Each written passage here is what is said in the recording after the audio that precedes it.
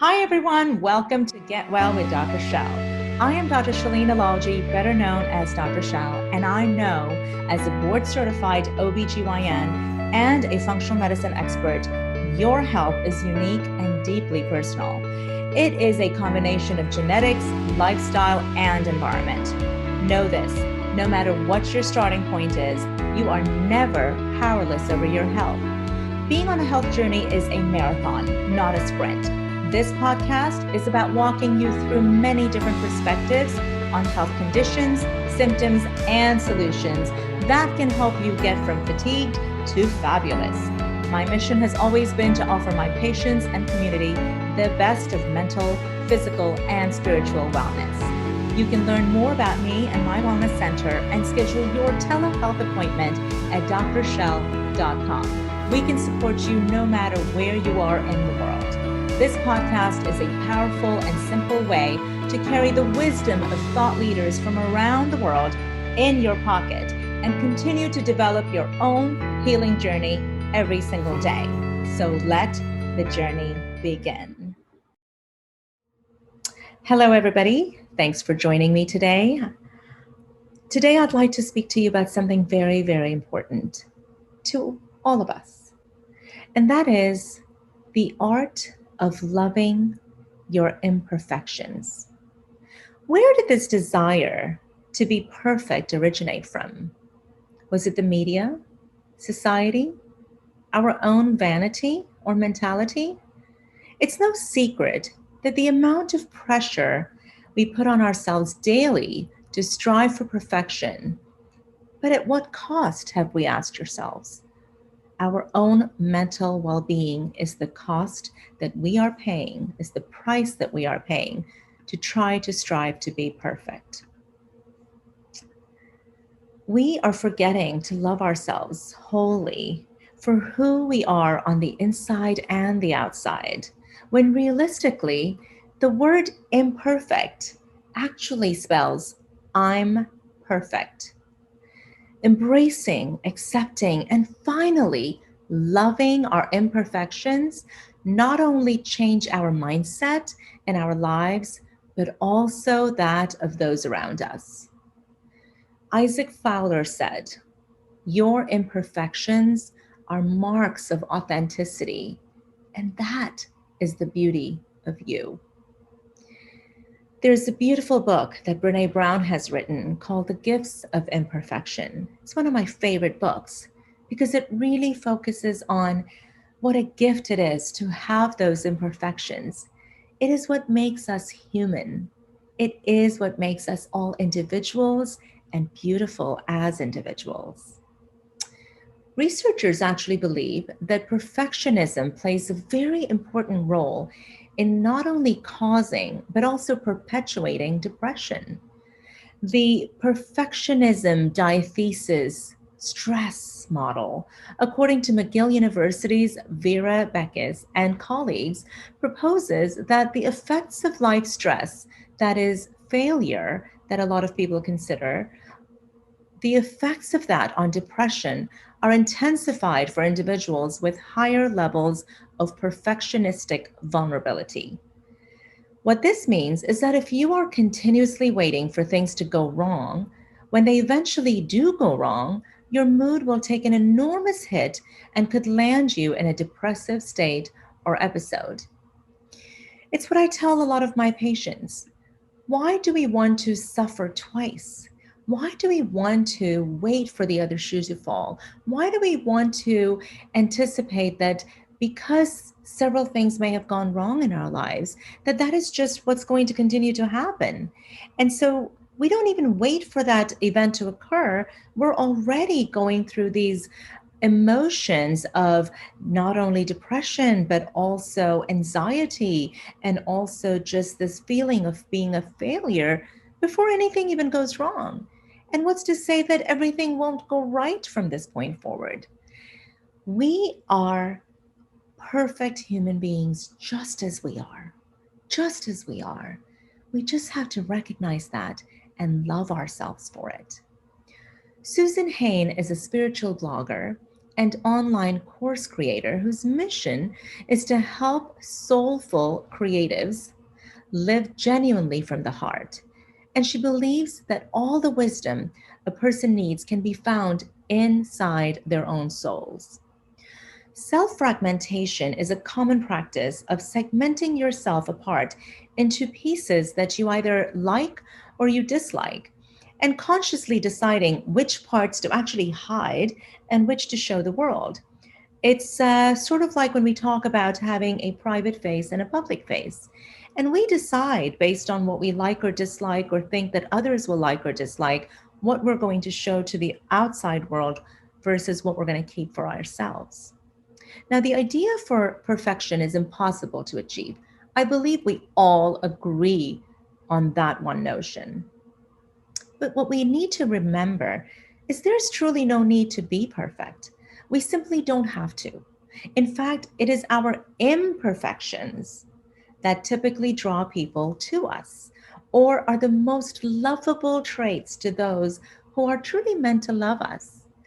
It's a long and difficult journey to learn to love your imperfections, but it can be the most rewarding.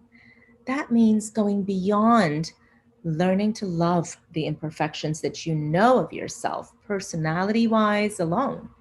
And also, it includes all the circumstances in our lives, whether it be trauma, tragedy, illness, all of these experiences bend and fold us in many ways, good and bad.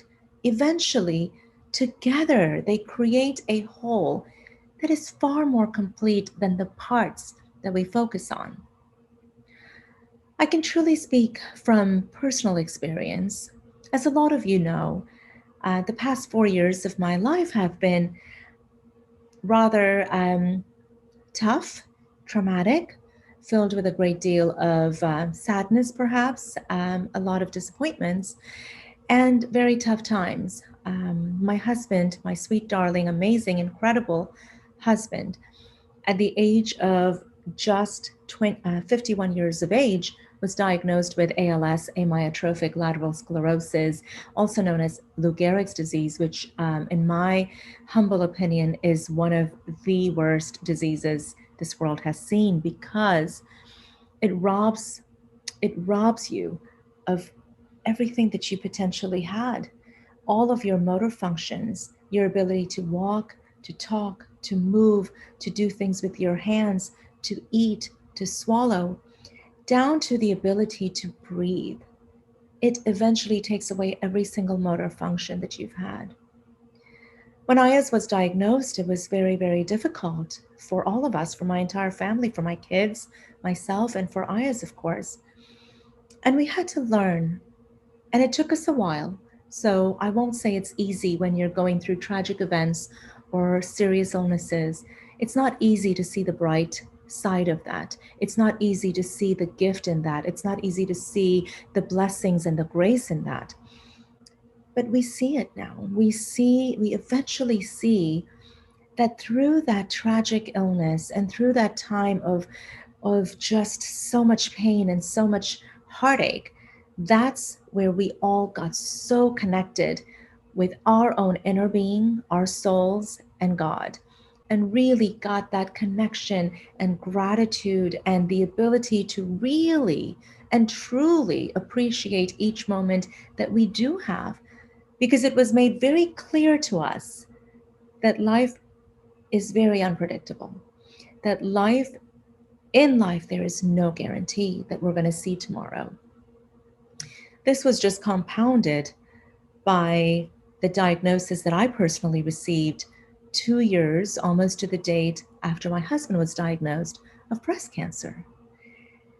When you receive a diagnosis with the C word, with the cancer word, it just completely takes the floor out from underneath you. You don't know what's going to happen next. You don't know if life is going to continue.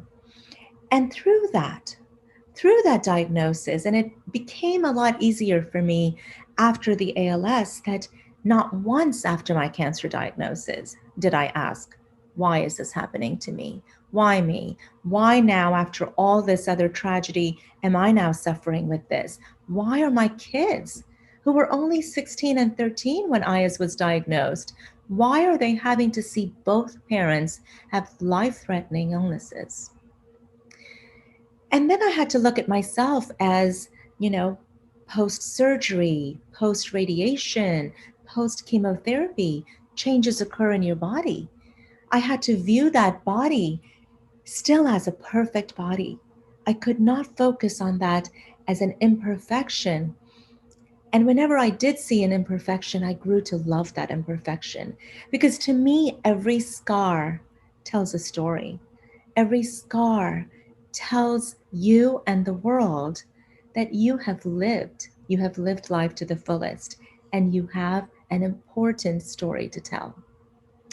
Many experts seem to define perfectionism as a combination of unbridled high personal standards and overly condemnatory self evaluations. However, there are far more variations involved.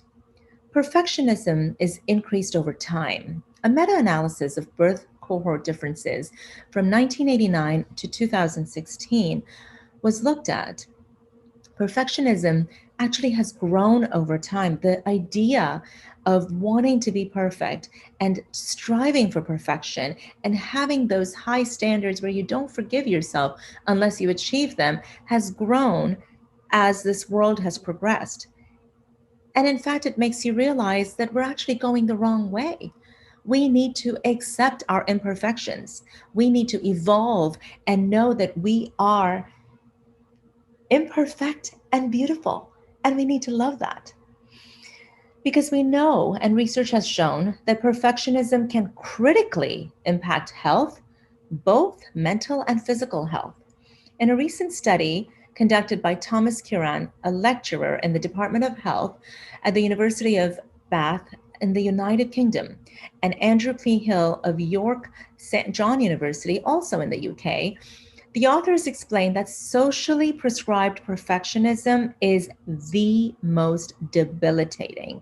It causes the most harm to an individual's state of being, whether it be their physical state leading to chronic diseases or their mental state leading to mental illnesses. Additionally, the other researchers have even linked the trait of perfectionism with cardiovascular disease. It creates so much stress in our bodies that we don't even realize it. That mental stress, that striving for perfectionism, is something that takes a very chronic toll on our bodies. And it leads to chronic diseases, be they cardiovascular diseases or autoimmune diseases or cancers and neurodegenerative diseases. Research has also shown that young people seem to be impacted particularly hard by toxic perfectionism. Perfectionism is truly toxic. Recent estimates show that almost 30%, that's almost 1 in 3 undergraduate students, and my daughter happens to be in college and she sees this all around her, experience symptoms of depression, and perfectionism has been widely associated with these symptoms. We need to start teaching our kids at a young age, and it's never too late, that they are beautiful and amazing and perfect as they are. They don't need to strive for the socially acceptable perfectionism. They are amazing as they are. And this is something that needs to be ingrained in them from a young age, and they need to hear this over and over again. They need to have a safe place in our homes as parents where they know that they have everything that they ever need to be successful, to be happy, and to be great contributing members of this society. And it does not mean that every aspect of their life and their being and their bodies have to be socially perfect. It has also been said that self critical perfectionism raises the risk of bipolar disorders, anxiety disorders, depressive disorders, insomnia, and so many other things that is just rising at an absolute epidemic level. And this is something that we have to really, really strive to do something about. Learning to deal with your inner critic, and we all have one, don't we? But learning to deal with your inner critic can be very difficult. However, there are many things that we can all do to silence that voice. There's a great book in which, and I read it all the time, and I'll tell you the name of it, but there's a whole section in which it talks about your inner roommate. It's as though we all have a roommate that lives with us inside. And this roommate just chats and chats and chats, and it's chatter, and sometimes it's negative self talk, and other times it's just constant chatter. And we need to learn to silence that voice, to silence that roommate, and tell the roommate they are not allowed in any longer. And if they are allowed in temporarily, when they start giving us negative self talk, we need to be able to tell that roommate to quiet down. We are not listening. We are not going to listen to their negative self talk. And this is something that may seem foreign to people, to be able to recognize that there are voices in our heads and we don't have to be hallucinating to hear those voices. Hey, trust me, we have about 60,000 thoughts every single day. And a lot of those thoughts are the same thoughts over and over and over again, day in, day out. Self deprecating thoughts, self condemning thoughts, critical thoughts. These thoughts need to get quieted down. Some of the ways that you can quiet those thoughts down is to really sit in meditation, to sit in practicing mindfulness, to sit in deep breathing exercises. This is a very, very important way of quieting and silencing that voice so you can connect with the real self, not the roommate self, but the real self. A recent study led by Madeline Ferrari from the Australian Catholic University in Sydney found that self compassion can help protect against depression in people with perfectionistic tendencies. Self compassion, explains Ferrari and her colleagues, the practice of self kindness consistently reduces the strength of the relationship between the maladaptive perfectionism and depression for both adolescents and adults. I always tell my children, and I tell my patients, and I tell my friends, first and foremost, be kind to yourself. When you're starting to do that self talk, ask yourself the question, am I am I being kind to myself? Am I caring for myself as I would for my child? Would I say these things to my own child?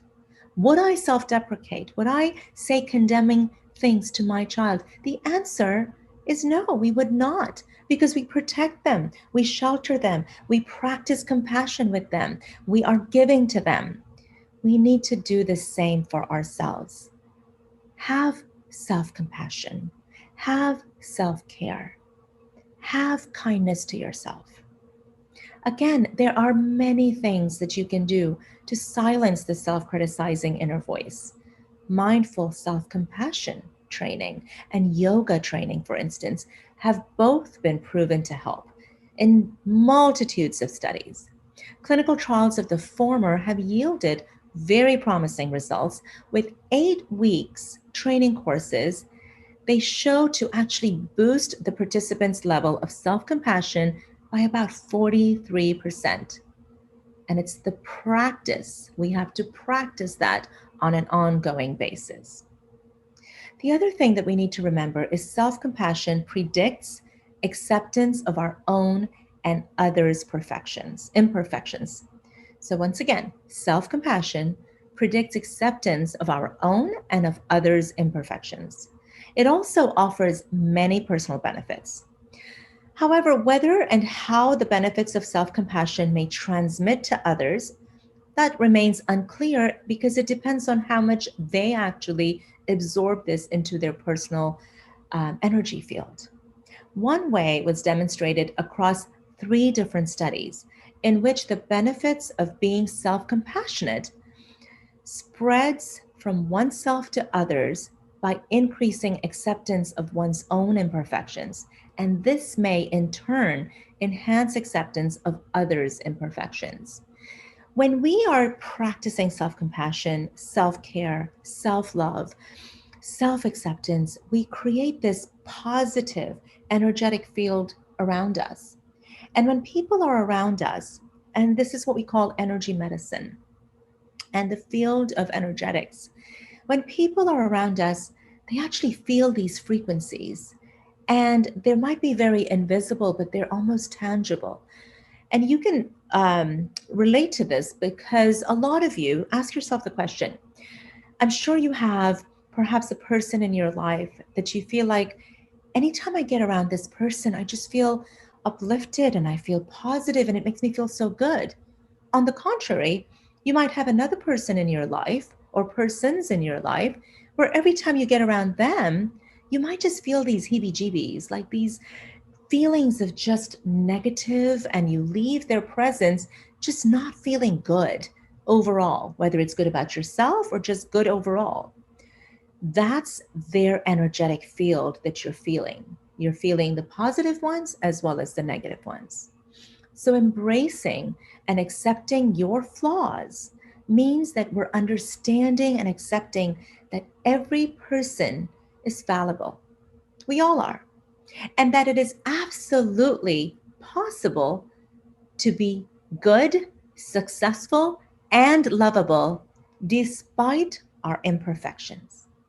That's not to be confused with saying that you should give up on personal development and you should give up on self improvement techniques. You should give up on, growing yourself inner and outer beings, right?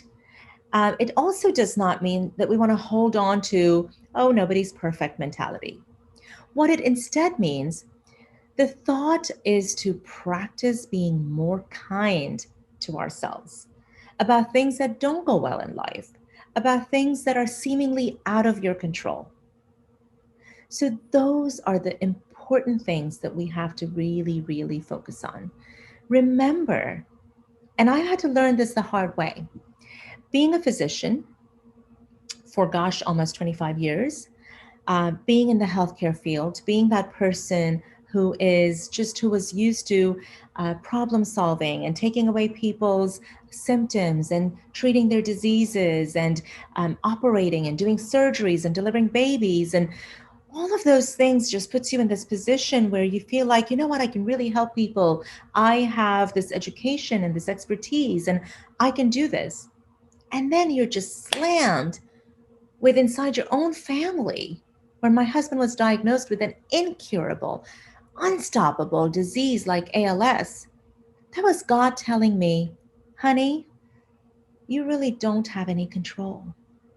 You just need to show up, be present, be loving, do your work, do your job, research, reach out, try to find treatments, do the best that you can to take care of him and your kids and your patients and your family. But ultimately, we as humans have to accept that at some point we need to surrender to the fact that we truly don't have control over so much in our lives. We have to accept the things we cannot change. We have to surrender to the things we cannot control. And we have to be grateful to the things that we do have rather than keep focusing on the things we don't have. Infectious disease is an ever present threat in daily life. We know this, that during this pandemic, we have been living with so much uncertainty.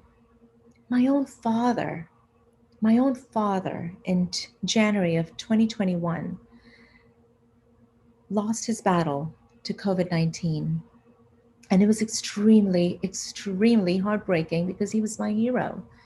And he was somebody who taught me everything I knew and about giving back and about doing what I really wanted to in life and going for my dreams. But I lost him at the age of 83 to COVID 19. And this was very, very difficult. This is something that millions of people and families are dealing with throughout the world. And it makes us understand that we do not have control. We are trying to have control, but we do not have as much control as we once thought. But having an excellent attitude, loving yourself and giving yourself that self compassion actually boosts your immune system. This is the best thing you can do to be able to get your defenses up against fighting any viral, bacterial, or other illnesses. It makes you healthier mentally, physically, socially. It just makes you healthier because it is anti pathogenic. Your psychological barriers and your defense mechanism are really elevated when you are practicing things such as gratitude and acceptance and compassion. So, let me give you a few takeaways from our discussion today. When you spend your time hiding pieces of yourself that you consider negative or not so perfect, because you don't love those imperfections, you are actually diminishing your ability to express positivity towards those qualities. Look, we all have things about ourselves that we might love or we might not love so much and we might want to improve. But at any given point, accept those imperfections because it makes you beautiful, it makes you who you are. Every single experience in your life, be they good, be they tragic, be they painful, be they grief filled, each of those experiences has led you to where you are today. And it's extremely important. It's extremely important to have those experiences and to love those experiences and to be grateful for those experiences. It is so important to love those elements of your life and yourself. Number two, it is so important to embrace your imperfections, to release the idea of yourself as inadequate, and to love every single thing about you, embodying the wholeness of your being. You have been created, all of us have, in this beautiful light that we call humans, and our souls are pure and perfect and beautiful. So embrace that. And the last thing is make a list of your strengths, the things that you love about yourself. Put those on your mirror, your desk. Put these little stickies everywhere around you so you're constantly reminded of the beautiful things about yourself, the strengths, the fabulous things that make you who you are. This will allow you to visually see that your flaws are only one aspect of the person that you are. They don't determine your worth. We must make a diligent and deliberate effort to look at the positive things about ourselves. That's where gratitude comes in. Write those down and say that you're grateful for those things. All of those things that are so wonderful about you. Express gratitude for all that you have, all that you are, and every experience that you've had in life. And you will see that your entire being will be transformed into just a being that glows with positivity, with strong immunity, with happiness, with joy, with love, with peace, with calm, and ultimately with just acceptance of who you are and the love of who you are. Thank you.